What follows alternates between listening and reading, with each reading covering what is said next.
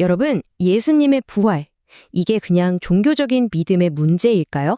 아니면 정말로 흔들리지 않는 역사적인 사실일까요? 오늘 저희는요, 바로 그 핵심 증거들을 한번 파헤쳐 볼 겁니다. 그리고 이 부활 신앙이 우리 일상을 어떻게 이렇게 근본적으로 바꿀 수 있는지 그 이야기까지 나눠보려고 합니다. 자, 그럼 한번 깊게 들어가 볼까요? 이게 오늘 우리가 다룰 내용의 핵심 질문이 될 것 같아요. 지금 여러분이 가진 그 믿음, 그게 정말 여러분의 삶을 꽉 붙들고 있는 그런 확신인가요? 아니면 그냥 어릴 때부터 수동적으로, 주입식으로 배워온 것에 불과한 걸까요? 바로 이 질문에서부터 한번 시작해 보겠습니다. 오늘 우리가 살펴볼 설교에서는요, 이 둘의 아주 결정적인 차이가 바로 근거에 있다고 말합니다. 그러니까 내 믿음을 단단하게 받쳐주는 토대가 있느냐, 없느냐. 바로 그 차이라는 거죠. 네, 그러니까 우리를 진짜로 변화시키는 믿음은요, 그냥 그런가 보다 하고 수동적으로 받아들이는 게 아니라는 거예요. 오히려 고난 속에서 우리에게 진짜 힘을 주는 그런 능동적인 확신이죠. 그리고 이런 확신은 바로 부활의 역사적 사실 같은 아주 강력한 증거들 위에 세워진다는 겁니다. 자, 그럼 그 역사적 증거라는 게 도대체 뭘까요? 오늘 살펴볼 내용에서는요, 부활이 그냥 만들어진 이야기가 아니라 실제로 일어난 사건이라는 걸 뒷받침하는 아주 핵심적인 증거 5가지를 제시하고 있습니다. 바로 이 5가지인데요. 빈 무덤, 기록 시점, 심지어 불리한 사실까지 포함했다는 점, 그리고 수많은 목격자들과 제자들의 삶의 변화. 자, 이제부터 하나씩 자세히 뜯어보겠습니다. 자, 첫 번째 증거는 바로 빈 무덤입니다. 여기서 진짜 중요한 포인트는요, 당시 예수님을 따르던 사람들뿐만 아니라 그를 죽이려고 했던 반대 세력들조차도 무덤이 비었다는 사실 자체는 부정하지 못했다는 거예요. 그 사람들이 뭐라고 했죠? 제자들이 시체를 훔쳐갔다라고 했잖아요. 근데 이 주장이 역설적으로 뭘 증명하나요? 맞습니다. 무덤이 비어 있었다는 건 논쟁의 여지가 없는 팩트였다는 거죠. 두 번째 증거는 바로 기록된 타이밍입니다. 이게 아주 흥미로운데요. 보통 역사학자들이 어떤 인물에 대한 신화나 전설이 만들어지려면 최소 200년은 지나야 한다고 봐요. 목격자들이 다 사라지고 나서야 이야기가 부풀려진다는 거죠. 그런데 예수님의 부활에 대한 기록들은 어떻죠? 사건이 있고 나서 불과 20년에서 60년 사이에 쓰였습니다. 이건 뭐죠? 목격자들이 두 눈 시퍼렇게 뜨고 살아있을 때였다는 겁니다. 그러니까 신화가 될래야 될 수가 없는 물리적인 시간이 없었다는 거죠. 자, 세 번째 증거는 제가 생각하기에 정말 흥미로운 부분인데요. 한번 생각해 보세요. 만약 이 모든 게 꾸며낸 이야기라면 당연히 주인공들을 아주 멋지고 완벽하게 그리지 않았을까요? 그런데 성경은 정반대입니다. 수제자라는 베드로가 예수님을 3번이나 부인하는 정말 창피한 이야기를 그대로 싣고 있고요. 지도자들이었던 바울과 바나바가 심하게 다퉜다는 이야기까지 적혀 있어요. 심지어 부활의 첫 목격자는 당시 법정에서 증인으로 설 수도 없었던 여성들이었다고 기록합니다.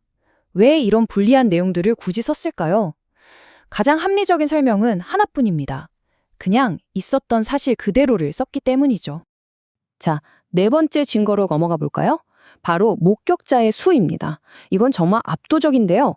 사도 바울이 고린도 교회에 보낸 편지에 보면 부활하신 예수님을 한자리에서 본 사람이 무려 500명이 넘는다고 기록했어요. 한두 명도 아니고 500명이요. 근데 여기서 진짜 핵심은 그 다음 구절입니다. 바울이 뭐라고 하냐면요. 그 500명 중에 대부분이 지금도 살아있다고 말해요. 이게 무슨 뜻일까요? 이건 그냥 내 말 못 믿겠으면 지금 당장 가서 그 사람들한테 직접 물어봐 하고 공개적으로 배짱 좋게 선언하는 거나 마찬가지예요. 만약 이게 거짓말이었다면 이 편지는 그 자리에서 바로 휴지 조각이 되었겠죠?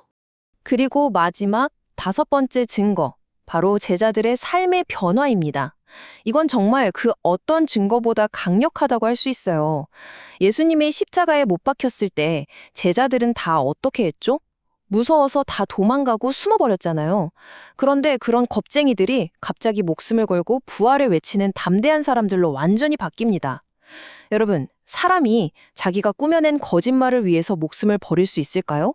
절대 못하죠. 그들이 순교까지 각오할 정도로 180도 변했다는 건 정말로 목숨을 걸 만큼 확실한 무언가를 봤다는 가장 강력한 증거 아닐까요? 자, 지금까지 5가지 역사적인 증거들을 살펴봤습니다. 꽤 설득력 있죠? 그럼 이제 이야기의 방향을 좀 바꿔보죠. 만약에 이 부활이 정말 역사적인 사실이라면, 그럼 그 다음은 뭘까요? 어떤 결론에 이르게 될까요? 네, 우리가 방금 살펴본 이 증거들을 바탕으로 한번 이렇게 가정해 보는 겁니다. 만약 부활이 진짜 역사적 사실이라면 이 전제 위에서 어떤 놀라운 결론들이 따라오는지 한번 보시죠. 그렇다면 따라오는 결론은 아주 간단하고도 강력합니다. 바로 예수님이 하셨던 모든 말씀이 전부 다 진리라는 거죠. 부활이 마치 그 모든 말씀에 대한 확실한 보증수표 역할을 하는 셈입니다. 이게 바로 강력한 논리의 연결고리인 거죠. 생각해보세요. 죽음을 이기고 다시 살아나겠다고 하신 그 약속을 지키셨다면 그분이 하셨던 다른 말씀들, 예를 들어 나는 하나님과 하나다, 천국과 지옥이 있다, 나를 믿으면 영원한 생명을 얻는다, 이런 말씀들도 우리가 전부 사실로 받아들여야 하지 않을까요? 그럴 수밖에 없는 거죠. 자, 그런데 이런 신학적인 진리에서 그치는 게 아닙니다. 오늘 우리가 살펴볼 내용의 핵심은 이 믿음이 과연 오늘 날 일상에 어떤 실제적인 힘을 주는가 하는 점이에요. 여기서 사망 권세라는 개념이 등장하는데요. 이게 단순히 우리가 언젠가 죽는다는 그런 미래의 육체적 죽음만을 말하는 게 아니에요. 오히려 오늘 우리가 하루하루 겪는 고통, 아픔, 마음의 상처, 공허함, 바로 이런 것들이 현재 우리 삶을 짓누르는 사망의 권세라는 거죠. 바로 이 지점에서 부활신앙이 힘을 발휘합니다. 죽음이라는 가장 큰 절망을 이기셨다는 그 믿음이 오늘 내가 겪는 이 고통과 아픔도 결국엔 이겨낼 수 있다는 강력한 희망과 회복력을 준다는 겁니다. 다시 말해, 부활의 소망이 바로 오늘의 고통을 이겨낼 실제적인 힘이 되는 거죠. 자, 그럼 이걸 어떻게 우리 삶에 적용할 수 있을까요? 바로 삶의 사명을 회복하는 구체적인 단계로 이어집니다. 첫째, 부활이 정말 실제 사건이라는 것에 내 마음이 사로잡히는 겁니다. 둘째, 그 믿음 위에서 하나님의 말씀을 읽을 때 그 말씀이 살아 움직이는 걸 경험하게 되죠.